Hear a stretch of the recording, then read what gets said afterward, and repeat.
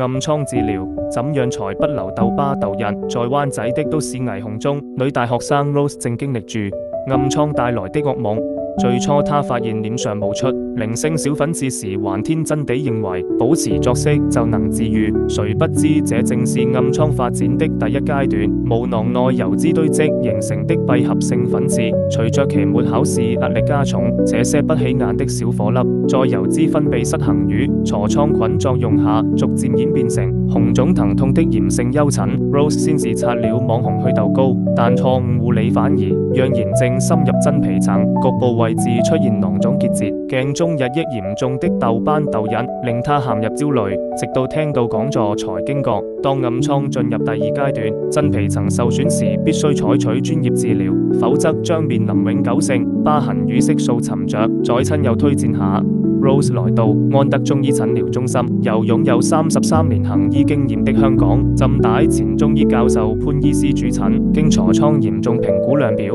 分析後指出，暗瘡疤痕的形成本質是炎症反覆，破壞皮膚基質膠原。要防止留疤，必須在清除炎症的同時修復皮膚屏障。這解釋了為何 Rose 自行用藥無效，市售祛痘產品多側重殺菌，卻忽視皮膚修復，導致破壞再感染的惡性循環。潘醫師他們有一套結合古法清熱和科技修復的療程，可以按不同階段暗瘡情況作出對應處理，快速解決發炎的暗瘡。這個療法使用的主要是中藥草本製劑，供保兼施，除了清除炎症之外，也在適當時機保護面部皮膚，讓皮膚盡快恢復，盡量減少痘疤痘印，同時也控制緩和面部紅疹敏感狀態，還能調理體質，防止復發。潘醫師他們有診所專用的黃金痤瘡膏、黃金清熱消痤藥液、玫瑰退紅油等等面部皮膚專科用品，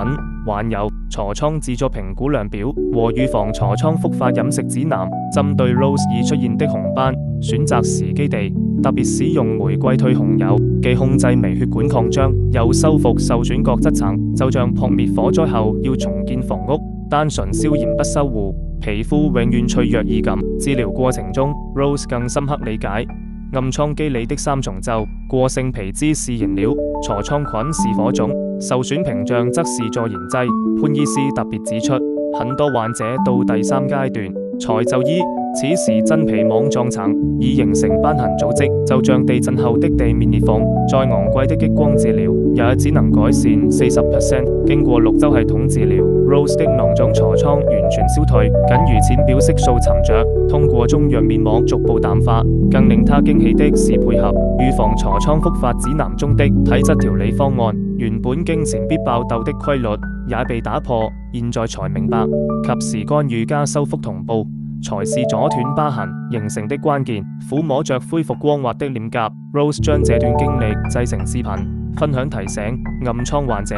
當粉刺轉為紅腫痘時，就是啟動專業治療的黃金時機。兄弟姊妹們立即行動，盡最大努力避免出現痘疤痘印。如果大家遇到面部暗瘡、石頭暗瘡、玫瑰痤瘡等與面部相關的皮膚容顏問題，請 WhatsApp 或致電我們98484675，讓我們與你共同解決這些令人困擾的煩惱。現在在評論區打上9848，便可免費獲得一份預防暗瘡飲食指南，同時獲得暗瘡療程代用券200元。